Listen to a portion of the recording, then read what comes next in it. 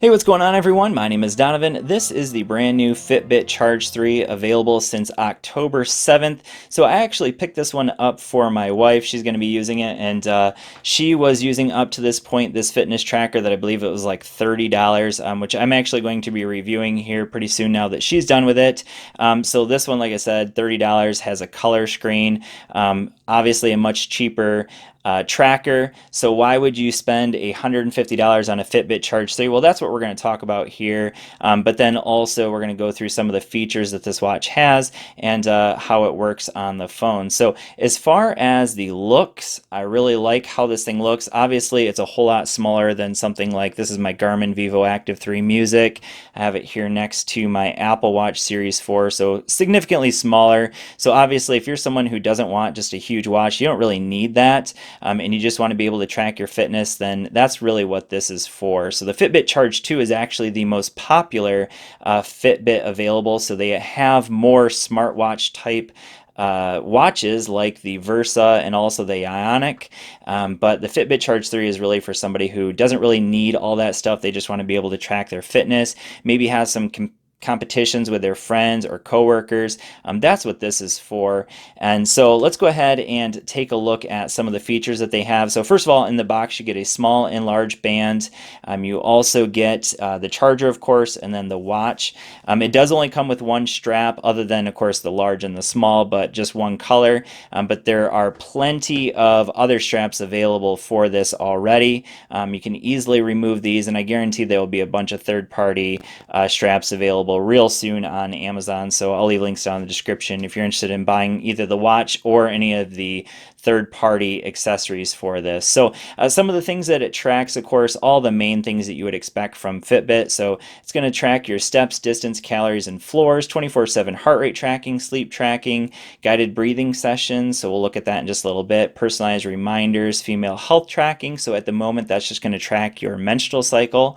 Reminders to move, of course, that's just going to be the sedentary reminder reminding you that you've been sitting a little too long. Apps for weather and more. The apps are very limited. We'll take a look at those in just a little bit. You can, of course, get your smart notifications, calls, texts, calendars, and app alerts. Again, it's not going to be nearly as many app alerts as what you can get on something like the Versa or Ionic, or obviously nothing like the Apple Watch, but all the main ones are there. It is swim proof, so that's actually a big upgrade from the Fitbit Charge 2. So this is swim proof up to 5 atmospheres, which means you can actually go swimming with it, as you can see here on the box. So you can go down to 50 meters, so pretty much as far as you'd ever need to go underwater, unless you're deep sea diving, which probably not too many people buying Fitbit Charge 3s are deep sea diving, let's be honest. Workout goals and real-time stats, multi-exercise mode. So most of the exercises, especially if you're doing something like run, biking, or swimming, are going to use connected GPS. You can't really swim, of course, with your phone, but you can, of course, swim with that. So you're not going to get GPS out of the swimming, but at least with running and biking, you can use GPS. So multi-exercise modes, real-time pace and distance, and again, that's with connected GPS. I think that's really unfortunate because you can actually get some watches that are pretty fantastic for like $50 that have GPS. So for $150, you think that's something they could add in here, but of course they don't. Cardio fitness level, that's just going to kind of give you an idea of where you're at. 7 days of battery life, so that's pretty good. And multiple clock faces, really there's only 5, but we'll take a look at those in just a little bit. And then, like I mentioned, some interchangeable bands. So as far as upgrades from the Fitbit Charge 2, one being that there is a touchscreen here. So before with the Fitbit Charge 2, you just had like a button down here. And then also there is a button over here on the side. So that is going to give you haptic feedback. The haptic feedback motor is really great. Also the heart rate monitor. I had the Versa, which was the very first Fitbit I ever had, and the heart rate monitor on the Versa was fantastic, so I imagine that this one will be equally as good. As far as navigating through here, this is just one watch face. It doesn't actually have that kind of like jittery LED. That's just interacting with my camera here. So as I slide down, this is going to give us our notifications from the top. Flipping up is going to show you your fitness information for the day, so of course your steps, your floors, how many hours you've been exercising, your heart rate, and things like that. So we'll go ahead and swipe out of that. that. And then swiping to the right or from the right is going to give you your exercise modes, your relaxing. We'll go through those exercise modes in just a second. Some timers, so that's going to allow you to do a stopwatch or a countdown. And that haptic motor over here on the side of that button is going to be your back button as well. So we can set up some alarms there, as you can see.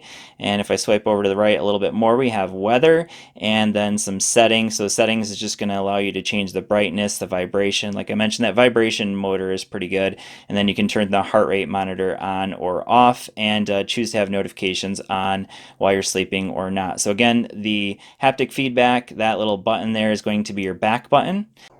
All right, so of course, one of the biggest selling points of the Fitbit is the fact that you have the community available here. And honestly, that is probably the biggest difference between something like this fitness tracker that's like $30 versus any Fitbit. And that's the fact that there's such a community of people out there that can challenge you. So that's what this community is all about. So you can go up here, find some friends. But then also you have these guidance. Now, Fitbit Coach isn't available on the Fitbit Charge 3, but of course you can use some of the workouts here through Fitbit, but they won't work directly on the watch. We do have some challenges, so that's really cool. So you can join up on some challenges. I've found those to be quite awesome, a lot of fun to do. And then of course, if you go here into your main screen, this is where you're going to track all the same things that you do when you swipe up here from the bottom. So same exact thing is going to show up on the phone in real time. It's actually pretty awesome how quickly they sync with each other. So of course there's our sleep tracking, our exercise, heart rate. Again, there's the female health tracking, and then you can do some different moves, also track your water intake and the food that you're eating.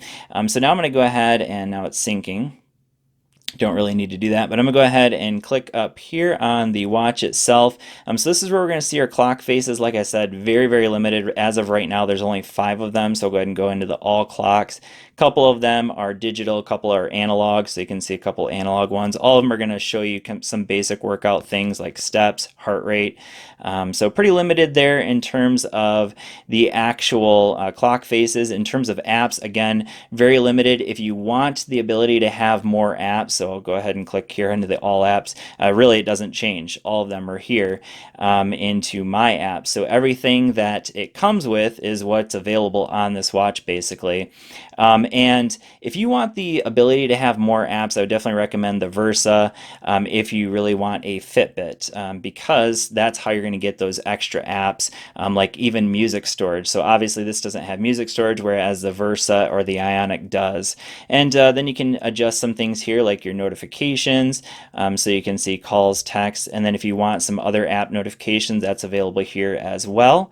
So we'll go ahead and go into that. And then of course we can set up our goals, some shortcuts, things like that. And overall, I would say the Fitbit Charge 3 is a great watch. It's going to be a great watch. Again, this is for my wife, not for me. I definitely like having all of the access to all of these smart things on my watch. So for me personally, this is not my style. But obviously, if you're someone who just wants to be able to track your fitness, likes the idea of having that community with Fitbit, and really, this is a pretty classy looking fitness watch in my opinion. So anyways, quick look at the Fitbit Charge 3. Check them out in the links down below. Thanks for watching, and I will see you all in the next video. Peace.